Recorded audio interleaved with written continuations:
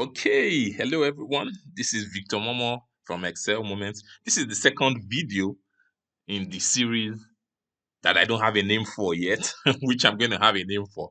But it's really about creating, a sequence of, numbers, not necessarily just the regular 1, 2, 3, 4, 5, but it could be 1, 2, 1, 2, 1, 2. And this is the second part in the series. In the first video, which definitely is a prerequisite to this one, I showed how I come up with those expressions.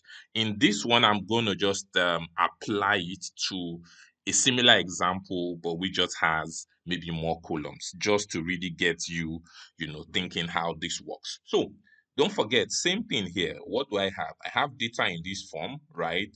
I have car manufacturers, the location of their headquarters, sales per year. I don't know if this data is real or not, but that's not really the problem right now. The countries where they are present. There's a report that is in this manner. Like I said, I'm not too bothered with, oh, does this structure make sense? Well, that's how it is. So how do I get a formula to help me get this data into this? So what I really need here is I need Tokyo, these three would come here for Honda. The next three will come here. The next three will come here.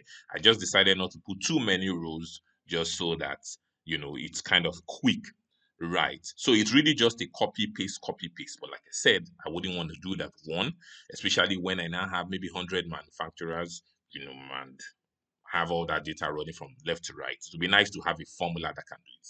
There are other ways, but we're using a formula. So first things first, let me define my area of interest. My area of interest is here. I'm just going to highlight. Let's see what color. Yeah, this is fine. Okay, so what I need to come up with, I'm going to use an index function like in the first video, but I need to be able to create an expression for my rows. So row number.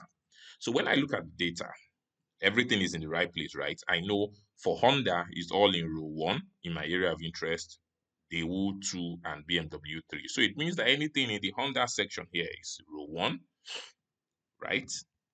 Everything here is 2, everything here is 3. Now this is a little different from what we did in the first video. I need to come up with a formula that can recreate this sequence. So I do row formula, that's just what I call it.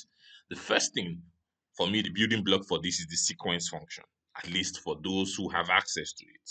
So I know I have 9 columns of data, 3 companies, 3 parameters each, 9. So I do sequence function. My rows, I skip that. My columns, I do 9, so that I can create a sequence of 1 to 9 in the columns, not down the rows. Okay, so now I'm here 1 to 9, but I need what? 1 all the way to 3. So already I can see I'm using the same logic from the first video that I probably need to divide by 3, to get my 9 to 3, get my 6 to 2, get my 3 to 1. So I divide by 3 in this case. And the first one I was dividing by 2. Why? Because I had more or less 2 columns of data. So you can see the thinking is the same. It's just an extension of the application. So I divide by 3. Now I have this.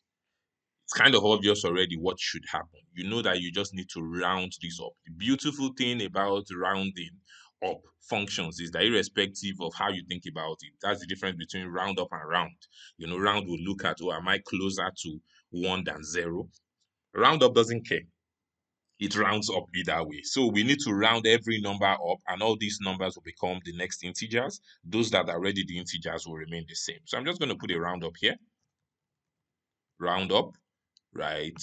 And 0, that's just to say, no decimals, integers, and I do enter. And I have the expression I need straight up. Okay, now the more interesting part is the columns. Okay, so let's go to the column number. Now, looking at my area of interest, you can see that HQ is 1, sales per year is 2, countries present is 3. So if I need to fill anything in the HQ, I'm picking from column 1, for this 2, for this 3. I'm back to HQ. So it's 1, 2, 3. It's 1, 2, 3, right? Okay. So now let's do column formula. So we need an expression that can give us 1, 2, 3, 1, 2, 3, 1, 2, 3. In the first video, it was 1, 2, 1, 2, 1, 2. First of all, I still start again with the sequence function. Do sequence, and I skip the rows, and I put columns as 9. Here, same. And now, Like in the first video, it's more around thinking around, oh, divisors, right? Like 1, 2, 3, 1, 2, 3, 1, 2, 3. I'm kind of just thinking, okay, fine. If I divide by 3, and get the remainders, I would have, either 0, 1, or 2, because the remainder can never be 3, right? If you're dividing by 3. So I have 0, 1, or 2. If I add 1 to that, I can have 1, 2, 3, 1, 2, 3. That's kind of how I'm thinking. So what I do first of all here is I use the mod function, which would give me the remainder when I divide by a divisor. In this case, I'm not going to be dividing by 2 like in the first. I'm going to be dividing by 3. So this is going to tell me what the remainder is when I divide 1 by 3, 2 by 3, 3 by 3, and all. So enter. What do you have here? You have 1, 2, 0, 1, 2, 0, 1, 2, 0. Thinking about it in my head, what I really need is 0, 1, 2, 0, 1, 2, 0, 1, 2. So that when I add 1 to that, I can have 1, 2, 3, 1, 2, 3, 1, 2, 3. So I need to find a way to flip this, right? So it's just like moving things around. So I have 1, 2, 0 here, but I need this one to actually become 0. So I need to kind of move it, like 2 spaces. If I can kind of, increase the number by 2, I would more or less create my own sequence, but with a different starting point.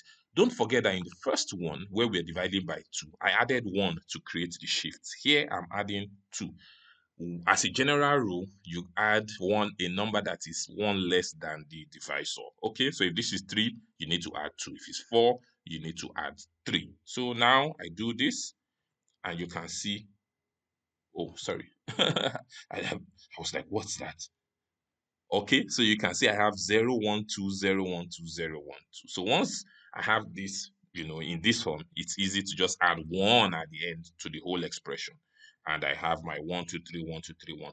So once you have this, you have the building blocks for your index function. Okay, so you just come here and do the index. So I do equals to index. I select my area, right? I lock that, F4. Then I come to my row expression. What do I need for my row number? Let me put an apostrophe here, and go pick what I need. So here, this is what I need. I just need this expression. I come back here. I paste that.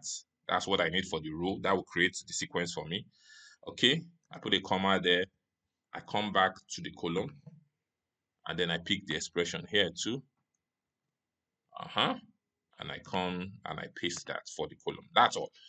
It's really column and row arguments. I delete the apostrophe and then I press enter.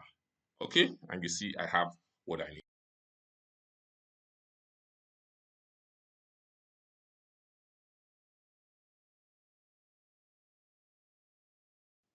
So you could also decide to extend it, right? I mean, well, the formula starts getting a bit too interesting, but the objective of the video was really to show how to create, those sequences, which kind of, come in very handy in a lot of, tasks that you want to do. So I could add, for the fun of it, another manufacturer, say Hyundai. Probably think it's in Tokyo too, but I just change it up. I say Kyoto. Here I say 85, and here I say 130. So all I need is to change my expression here. One, I have E16, so I can change this to 17. Of course, I can make these formulas dynamic, and so that it's easier to change. But I say 17. Okay, that's one thing. I can add, just an expression at the end here, just for, right, what's it called?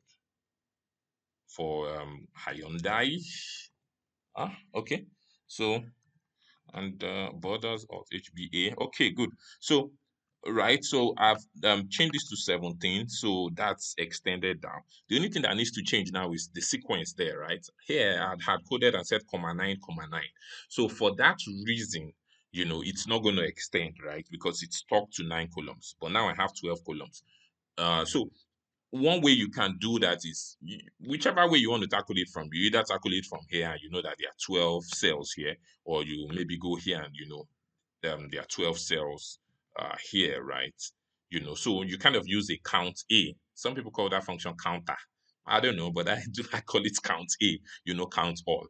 So instead of doing comma 9, I kind of just count, from left to right, something like that. But if I have these ranges dynamic, it's kind of easy, as in so using a dynamic named range, it's easy, it extends appropriately, and my count just works. So if I were to do this, what I would do is, instead of hard coding my 9, I'm going to change that 9, to something like what? Count A, right? Here, from here all the way here, right? Okay. Oh, my system. Yeah, I need to press functions. Sometimes that's what happens when you use two different systems. You get carried away, right?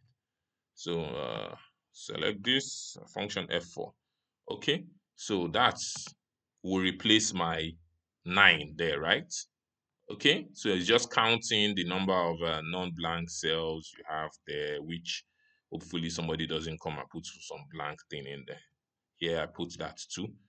So that should make it extend. Then let's see, enter. Okay, you've entered 50 arguments. Yeah, sometimes it's just maybe a bracket thing. Okay, so yeah, sequence. Okay, yeah, this should be fine. Yeah. Okay. So, and that's how, that's really not what I wanted to talk about, but just to show that yes, you can extend it if you may, but working with dynamic ranges, would be more preferred because it's easier to just put in the name and the expressions work out. So I guess you've seen how you can come up with sequences like these, the 1 2 3 1 2 3 1 2 3, 1 2 1 2 1 2, or if you may, 1 1 1 2 2 2 3 3 3, and so on. So irrespective of the number you need, the general expressions are kind of the same. Once you've done it for like 2 columns, 3 columns, 4 columns, you start to see, the pattern. And once you get that pattern right, you can build formulas that look like this. It's kind of interesting, walking through the process. And like I said, there are so many other ways to doing it, but a lot of times I do enjoy the mental calisthenics, just exercising the brain a little and seeing how to come up with expressions like this. So if you like this video, hit the like button. Of course, you should subscribe to the channel. Why shouldn't you? Excel moments. Huh?